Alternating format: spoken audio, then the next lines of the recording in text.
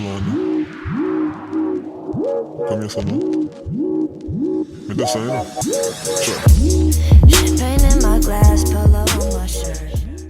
Hey guys, in this tutorial I'm going to be showing you how to create a piece of monoline hand lettering. For those of you that don't know what monoline is, it's essentially just a line that goes from point A to point B with a consistent width. So these are the tools that I'm going to be using for this tutorial. I'm going to be using a 1.8 to 2.5mm Posca marker. This one's pink, but the colour doesn't really matter. And then I've got a thinner version of it, which is 0.9 to 1.3mm. And then I've got the same again, but in white. But these will be used later on in the tutorial. And I've got a pencil, a rubber, and a ruler. And then of course the paper. This is Innvercote. This is paperboard, and it's a really smooth flat surface. This is just left over from one of my university projects. So if you're gonna, whatever paper you're gonna use, make sure, well, try your best to get a smooth piece of paper because it just works much better with the pens. And of course you don't have to have Posca markers, you can just use any bullet tip marker, but I'm just going to use these because I prefer to use them. So what we're going to do is we're going to write the word create. We'll start off by drawing ourselves some guides. So I'm just going to use the width of the ruler for the guides. Just do a line at the top and a line at the bottom. And we're going to start off by just drawing out the type in pencil, which we'll then go over with a marker, but we'll just start off with the pencil first. So I'm just going to roughly write create, and this is completely down to how creative you want to get with it. For this tutorial I'm going to keep it fairly simple. So see, I've brought below the baseline, and I'm just going to keep the rest of it on the baseline. So let's just draw this. I'm going to do this quite rough. Yeah, you can do this quite rough because you're going to be going over this anyway. But try and keep the consistency at the bottom with these curves like this. You want to try and get these as consistent as you can because it just creates for an overall better outcome. So right, let's finish this off. I'm going to do these quite dark as well, just so you can definitely see them on the video. But when you're doing it, you can do them quite light because you don't want it to show through too much. And bring that up to the top.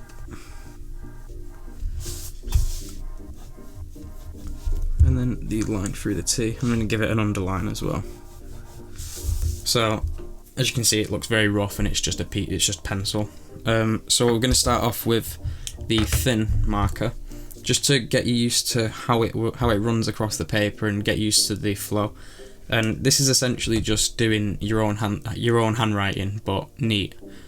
So obviously a lot of people's will look completely different to how this looks, and that's absolutely fine. Right, so what I've noticed as well, the slower you go, the more rugged your lines will be. So it's better to try and go fast, but while you're still practicing, obviously you want to try and keep it at a nice pace so you can get used to the flow of the letters. And of course the letters themselves, you don't have to do them the same as me. You can do your letters completely different, like this R for example. You don't have to have the big loop. It could just be up and then a point and then down like this, if that made sense, but I'll show you. So from here all you're going to do is simply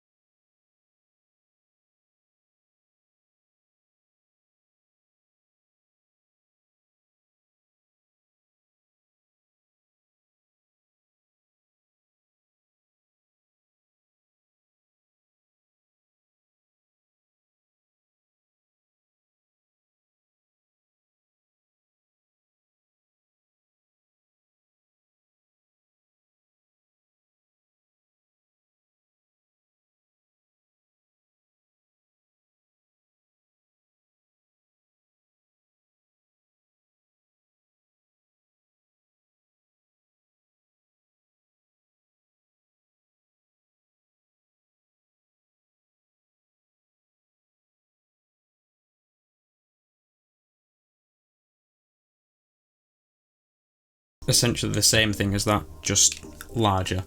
And like I said before with the letter R, how you can do different ones.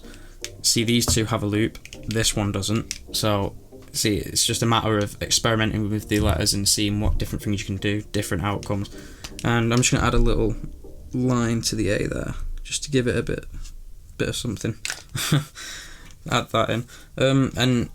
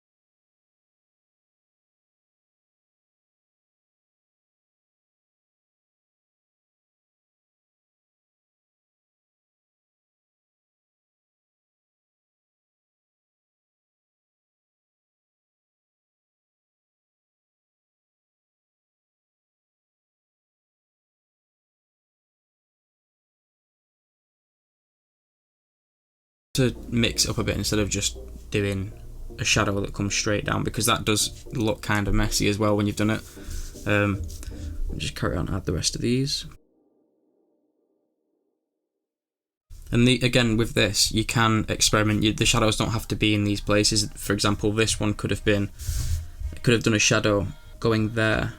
So this, in theory, this line would have been on top of this one, if that makes sense. But you can just experiment with that and see what you think works best or what looks best. And again with this as well, in theory you would have a shadow underneath here and a shadow up here as well, but I think it tends to overdo it a little bit, so I like to keep it with just a shadow underneath. So that's the same with this,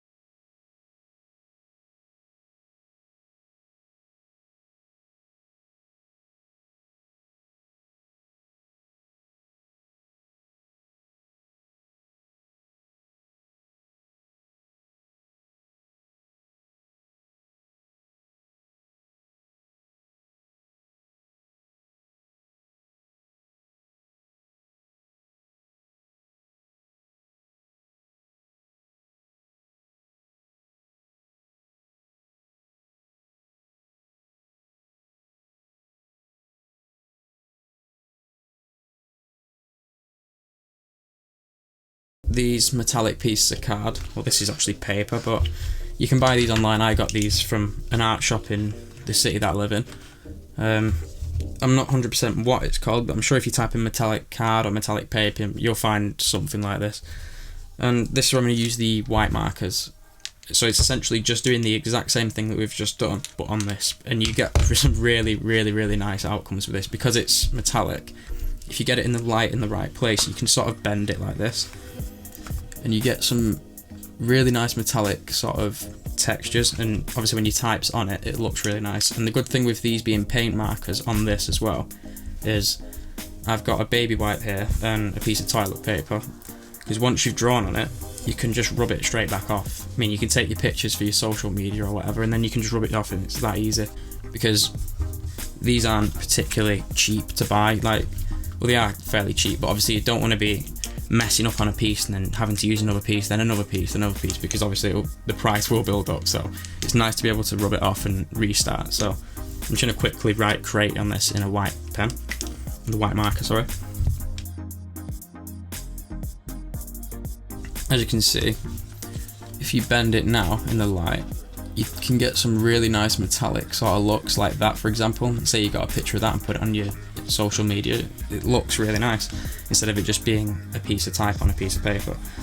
And what you can do with this as well is you put it into Photoshop. You can add the shadows digitally, because I'll just show you what happens if you try and add it with a pencil on this. If you just go across that, it just takes the ink straight off the paper. I'm not sure if you can see it, so I'll just yeah, so you can see it's just spreading it because it's, I'll just bring it close to the camera. Yeah, it's just spreading the ink because it's so smooth on this. And also, if you're using a pencil, you'll scratch the metallic surface as well, which will leave a permanent mark on it, which you probably don't want. And then I'll just show you how easy it is to get it off. Just rub it like that, and then use the toilet paper, the dry piece of toilet paper, just to clear it. And then it's good as new. You can just keep using it. And got a gold piece here, but this one's quite marked, because after a while you will get marks on it from the pen, but that's after quite a lot of use. For the last part of this tutorial, I'm just going to show you how to add the shadows in Photoshop. This is fairly straightforward. So here I've got the thumbnail type that I used, and obviously just scan yours in whichever one you've used, and add a new layer, and make sure your top layer is selected to a black or a grey. I'm just using a almost black. And you're going to go to your brush tool, which is B on the keyboard, and at the top here what you're going to do is change your opacity down to 5%, and what you're going to do is zoom into the parts where you want to add it. So for example, I'll just start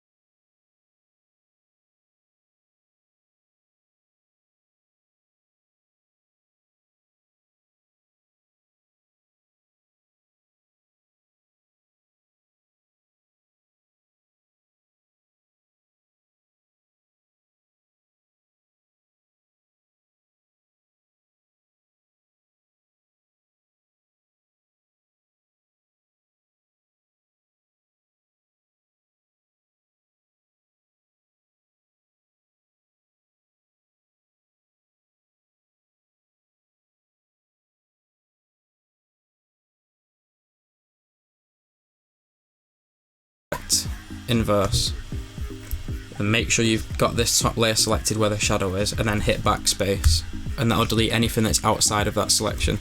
And then to get rid of the selection, you just hit Command D. And if you're on PC, if you're on a Windows computer, sorry, when I'm saying Command, just press Control, and it's the same thing. And then once you've got your shadows, once you've got them all done, I'm just going to do one for this example. Or if you want it to be darker, but you don't want to have to go over it and over it again, or you can just literally do Command J, which would be Control J, which duplicates the shadow layer. And as you can see, it makes it darker. So say you want it even darker, you could just do it again, and then you've got another one. I hope this tutorial has helped you guys. Let me know what other tutorials you want to see, whether it be hand lettering or just anything to do with graphic design in general. Just let me know and I'll consider it and try and get one done. Thanks for watching, guys.